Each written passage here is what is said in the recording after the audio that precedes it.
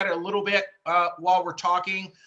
So we'll see if Josh catches it, if we're going to put any links in there. Just a bit of housekeeping. We do have a new crush group starting that is almost filled. It's probably going to start in about 2 weeks. I'm not sure the exact time yet. Those are always on Fridays. Anyone that's interested, let us know. I know we have a lot of crush group people on here right now, or people that have been through crush groups or currently in a crush group like Mr. Roke is. So welcome, everybody.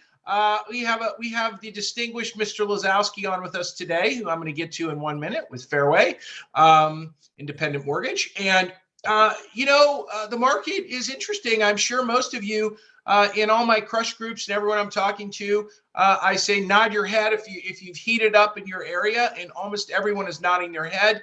Some of the better loan officers have gotten lots of contracts last week. I mean, 5, 6, 7, 8, 9 new contracts last week, and certainly a bunch over the weekend. Stuff is getting through, and listings are starting to come on. Obviously, I think we all know as they come on, if it's a awesome property, it is gone pretty fast in 100 miles an hour. So I've got Mr. Lazowski with me today with Fairway. He's the president. He's the East Coast president for Fairway, but he's in the dirt, in the field all the time with loan officers, and always a great guest. He's been on here 1 or 2 other times, and always love to hear his wisdom. And we'll keep it up top.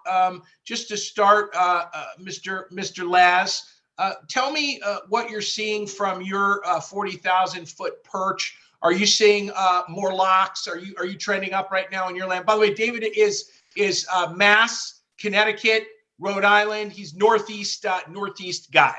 So what are you seeing trending, first of all?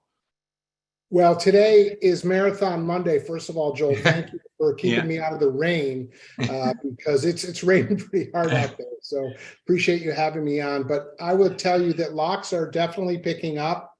Our locks have increased probably since last week. Last 2 weeks, I'd say our locks are up over 20%. Things are picking up. Applications are up in a big way. Still inventory challenges out there, of course. And listen, I think a lot of the folks that were questioning whether they should be in the business has really started to leave. I just got a report that over 50,000 licenses have not been renewed. And that's 50,000, everybody. I love that. I love that, Laz. You know why? Because on every crush group and everyone I talk to, I say, this is market share taking time. If other loan officers want to be lazy and not know how to do deals, let them screw them up. Get out of our way. All of us on this call, get out of our way, and we will gladly take those loans for you. And you may leave, exit the building stage right, go sell cars or whatever you want to do, but don't do this anymore. Just get out of our way because we're in this to win it. And that's interesting, Laz. 50,000. Is that like 2 or 3 days old? Do you just see that? Yeah, that was over the weekend. And this will be a Joel tagline going forward because the workers win and the whiners have walked. That's incredible. Well, most loan officers, Laz, I'm sure you're even seeing this in your world because you've got a lot of bodies in your world. I'm finding these loan officers, they're sitting in their office calling a ambulance. I mean, literally, our rates are too high. My company sucks. We don't have good products. This is horrible. And they're literally sitting there doing nothing. They're doing nothing. They're just spinning in their chair, pounding donuts, praying for something to happen. Or even better yet, and sorry if I offend any of the people on this call, they're making cool videos that no one cares about. They're literally just making videos that no one cares about. Okay, they're not getting any loans from those videos. They're just making them. And I'm not sure where all this is coming from, but the people that are working hard right now, and it's funny, I got Kristen on my Zoom, is right in the middle of the screen, Last, Kristen Ambos. And when she was on a couple of weeks ago, she said something about doing a pre-qual on Sunday night. And she said, hey, I don't want to be doing pre-quals on Sunday night, but I'd rather know I have the pre-qual instead of somebody else having it, meaning this is a grinder's market.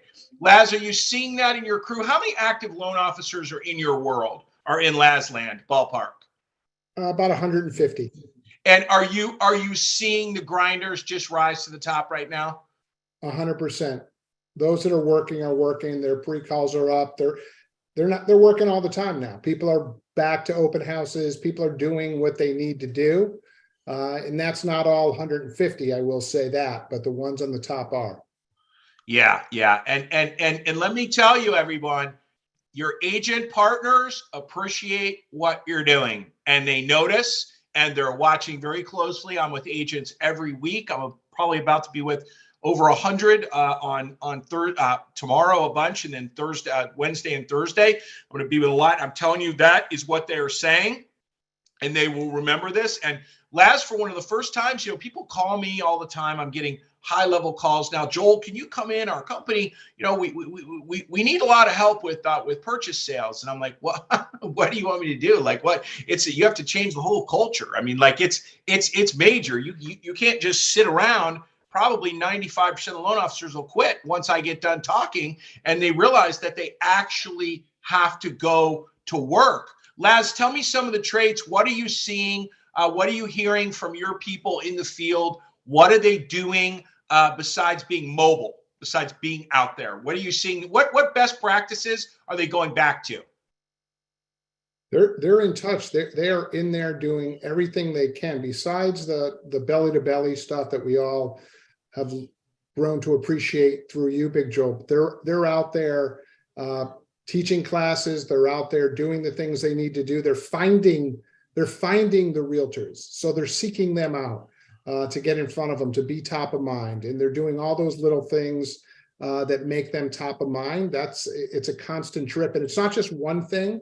I think it's multiple things that they're doing, different campaigns to make sure they're top of mind. And that is huge. What Laz just said, I want to repeat it. Different campaigns to make sure they're top of mind. Okay, so that's a very broad statement. This does not mean sit in your office, spend $327 on equipment, lighting, and video equipment to make cool videos, post them online, and then wait for your phone to ring. That typically is not going to work for you. Okay, but multiple ways. Again, you all have heard this from me. I know you always love when I say it. Everyone stand up, look at your chair. If it looks like an imprint of your ass, you're doing this wrong. You should not be sitting in your chair. You should be out. And that, to paraphrase, I know that is what Laz is saying right now. His people are actually up and out of their chairs. So Laz, you said they're teaching classes. Do you have people in your world that are certified to teach classes where the agents can get their hours? Do you have some of those people? Yep. And are they doing a lot of that stuff in your market? We do have that. That's definitely one of the campaigns that people are out and doing CE classes. You mentioned social media, and that is another campaign I'm seeing people do, where they are actually teaching social media to the agent. Now, whether they'll ever follow through and do it, but that's one of the things that people want to hear about, another way to be top of mind. So when I say that there's multiple campaigns, it's everything from education, everything from social media education.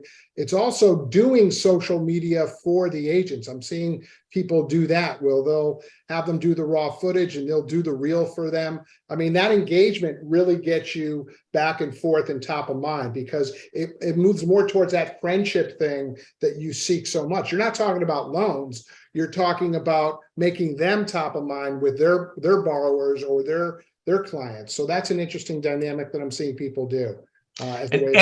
Anything you do as a loan officer that creates an OTC stands for opportunity to coach, always creates that bonding time.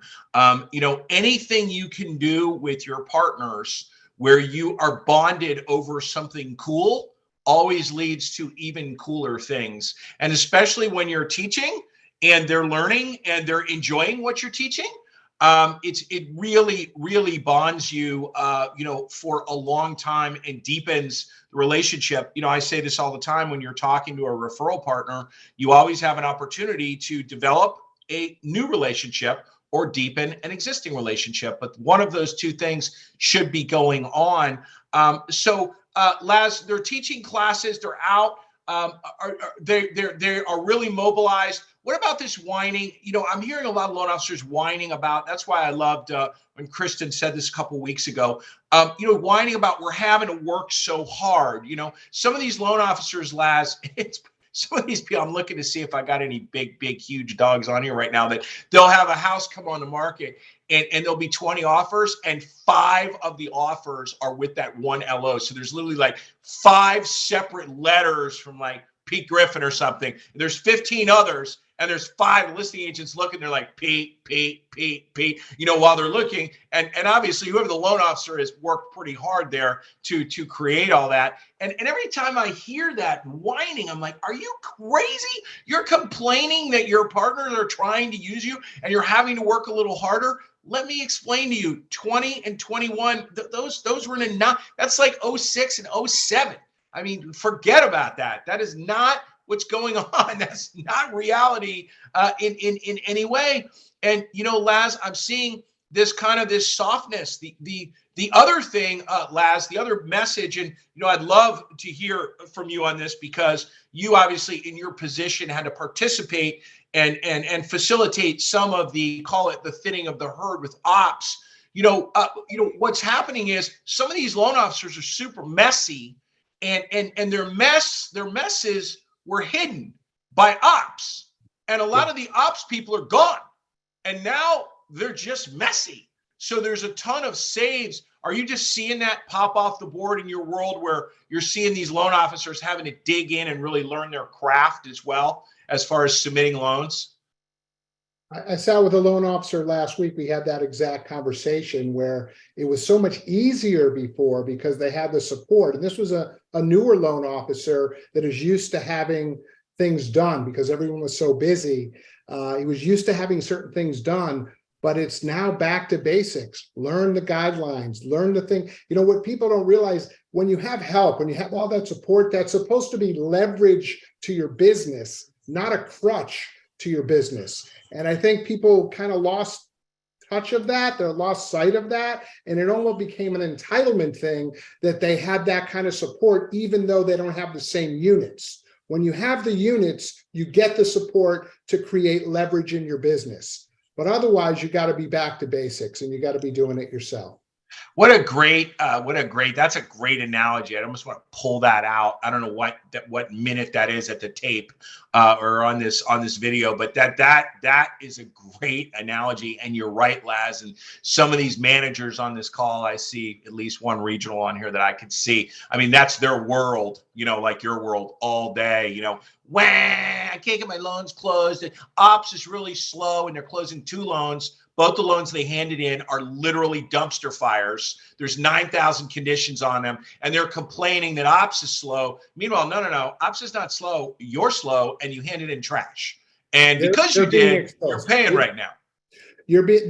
Every lender out there has corrected. They've made the adjustments for the volume adjustments, right? That was something, some did it in 6 months, some did it in 18 months, but whatever needed to happen to bring the amount of volume in line with the support staff, that's happened. Every lender has done that, or they're really in trouble. But I'm going to assume every lender has done that, and that has exposed exactly what you're talking about, because their excess support doesn't exist to camouflage the folks that weren't doing it right.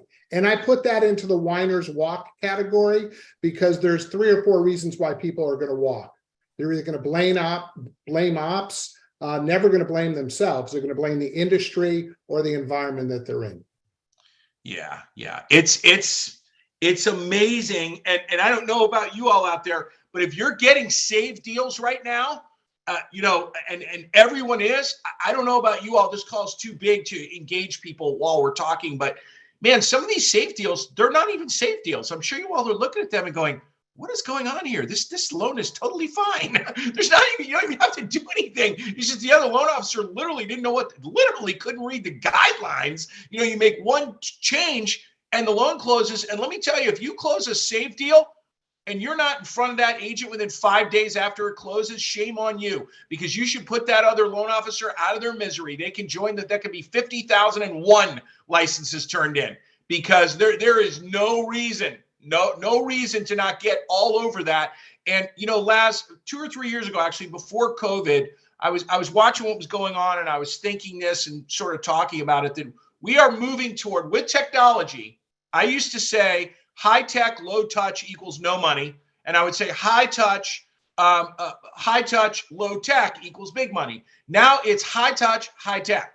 So these loan officers that understand high touch, that are doing the right activities to build, that understand that their job is to get the loan, not do the loan.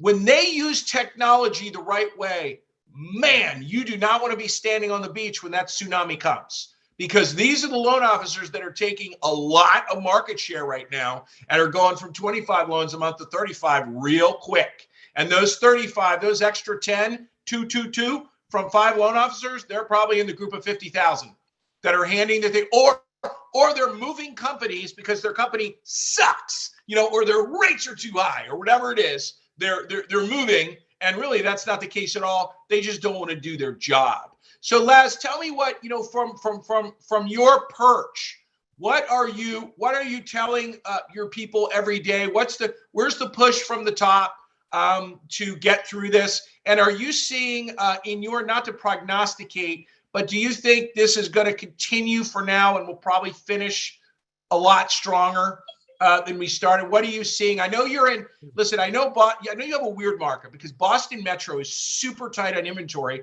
but you also cover Connecticut, Rhode Island, which are not as tight.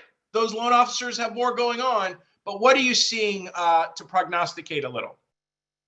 Yeah, it's a great question. We're all trying to figure that out, right? And I have a view from Maine down to Florida in totality, and Florida is just building and building. They've got space. The places that don't have space to build, it's a little bit of a different story.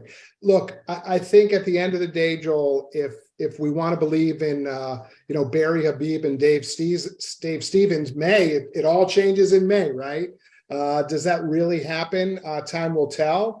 I think we're all hoping and wishing that things happen, but if I'm being straight, like at the end of the day, I just don't see how inventory levels suddenly get better. You get rates down to 5%, maybe people start to sell that are at 3%, but I think this is something that's going to be with us for a while. I don't think it's an easy fix, and that's probably not what people want to hear, but I think we're in a grind for a period of time. If I'm going to look out, I think it's going to last longer than anybody wants it to, because I don't see what gets inventory levels down unless rates really, really come in. Why would someone want to sell at 3% to go to 5 or 6 and more than double the mortgage payment? The only reason, Laz, and this is what all the agents are talking about and what we're seeing, and it's all about math. And this is a big theory right now, not theory, it's factual, that there's lots of loan officers that don't know the math, and there's lots of real estate agents that don't know the math. And I'm hearing from brokers, these are brokers of record. So, the owner of a Remax or the broker of record in a Coldwell Banker, the real estate broker of record. And what they're telling me is one of their biggest challenges is they're losing deals in the transition between the agent and the lender, meaning the agent doesn't know how to overcome objections fast enough to get the people to the lender, where then the lender can overcome the objections, Laz. Just as simple as look at anyone on this call, hopefully you don't, but anyone on this call that has any type of balances on your credit cards, if you've actually looked at the interest rate lately, you've probably needed a bucket, and you probably heaved quickly when you saw what it is, because you could have perfect credit and those interest rates are literally through the roof on the credit cards. There's also a lot of consumers, Laz, that have what we call subprime car loans. There's a lot of credit debt that is at very high interest. And so, Laz, there are plenty of people, if there's something for them to buy that could pick up $1,500 a month in cash flow, even though they got rid of a 3% mortgage, going to 6 because they paid off all the consumer debt. Yeah. And they got a different house, the house they wanted. And so, it's interesting. The agents can't deal with this at all when they get that objection at all in a certain market, but loan officers can. And that's a big thing that I'm hearing from brokers all over, because, everyone talks inventory. Then, Laz, I'm sitting in these meetings and I'm watching these agents putting 4 or 5 houses a month on the market all over the place. And I think that the agents, the same thing that's happening in lending is happening with agents. That herd is thinning at the same rate, if not even faster, Laz. In fact, do you have that stat? I'd love to know how many real estate licenses were handed in. You know, with 50,000 loan officer licenses, what it's got to be double. Got to right? be double, right? Yeah, I was going to say I don't have that, but I'll get that. I'm going to assume it's higher, although a lot are hanging on more so than the lenders were. I think their shelf life of hanging on might be a little longer because they're all hoping for that one big sale still. Yeah, and they're used to maybe hanging on doing 2 deals a year anyway, where a lot of the lenders are not. And you know, a lot of these loan officers too, Laz. And I don't know if you're seeing this in your world, but it's sad. A lot of these loan officers spent, you know, you guys have heard me talk about this before.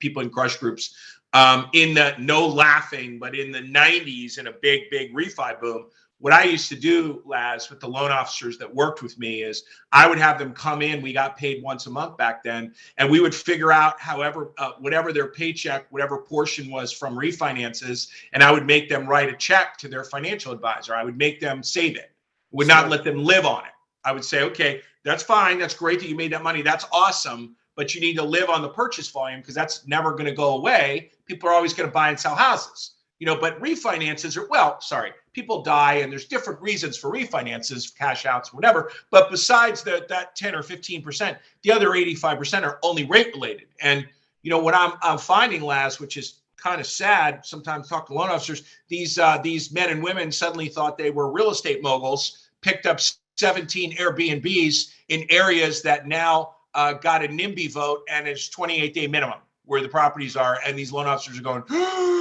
what? You know what I mean? I can't make those payments. You know, I was a rocket scientist before when I did the math, and it was no problem. So, you know, it's a I hope that's not a repeat. I hope that you know, for those that have been doing this long enough, they've learned their lessons back in the day. And my hope is it's not a large percentage of people. You know, part of what we try and do is have that exact conversation with folks about their financial wellness, right? Making sure that they are, especially back in 20 and 21, what are you doing? You know, what is your plan? Because this is not real life for sure. But listen, that's part of, I put those in the whiner category, people that got in financial trouble, and those are the ones that are still looking for checks from other firms. That's what another reason people are, you know, moving about, right? Is they need the money. And I get it, dude. We're commissioned salespeople. And if you put yourself in a position, you're in a position. I understand that. Yeah. And it's, I was on the phone earlier today with Sean. I'll call him out because he's got his camera on, Sean Johnson. We were laughing. We were like, yeah, if there was a perfect company, like literally everyone on this call would all be working at it. Like everyone would work for that company, period. That's what it would look like. The whole world would work. There'd be one mortgage company. You know what I mean? Listen, Sean's a good dude. And we all know that companies are people. That's all they are. And you're as good as your people. And Sean's good peeps. 100%. So, Laz, what would you tell people? You know, they gave up a half hour. You know, I always feel blessed and I always feel great when people are on these calls and I get lots of good feedback. And I love the fact that you've given me a half hour of your time. What would you say is some parting words? You know, this is a mental game right now. This is tough grind mental. What would you say is some parting words? What I said at the beginning, the workers win. It's going to get better. When I couldn't say. I'm hopeful it's May. I don't know that it's going to be that soon, but you know, it is the put your head down. Don't listen to the noise. Be the noise. And the noise could be so many different things you see on social media. So many things people are coming at you with. Hey, did you hear this? Did you hear that? Be the noise. Don't listen to the noise. Just grind and do your thing and let your numbers speak. That's it. Everything else is just a waste of time. What a great ending. Don't listen to the noise. Be the noise. That is really what it's all about. And Laz, there is so much noise. And I don't know where these loan officers, every place I go when I'm talking to agents, they look at me and they kind of whisper to me. They go, Joel, we'll give you anything you want if you can get loan officers to stop calling us with these stupid scripts and they don't know us and they want us to go to lunch. Again, white panel van, clown suit, park in front of a school. Okay, they're freaked out. They're like, stop calling me. Why are you calling me?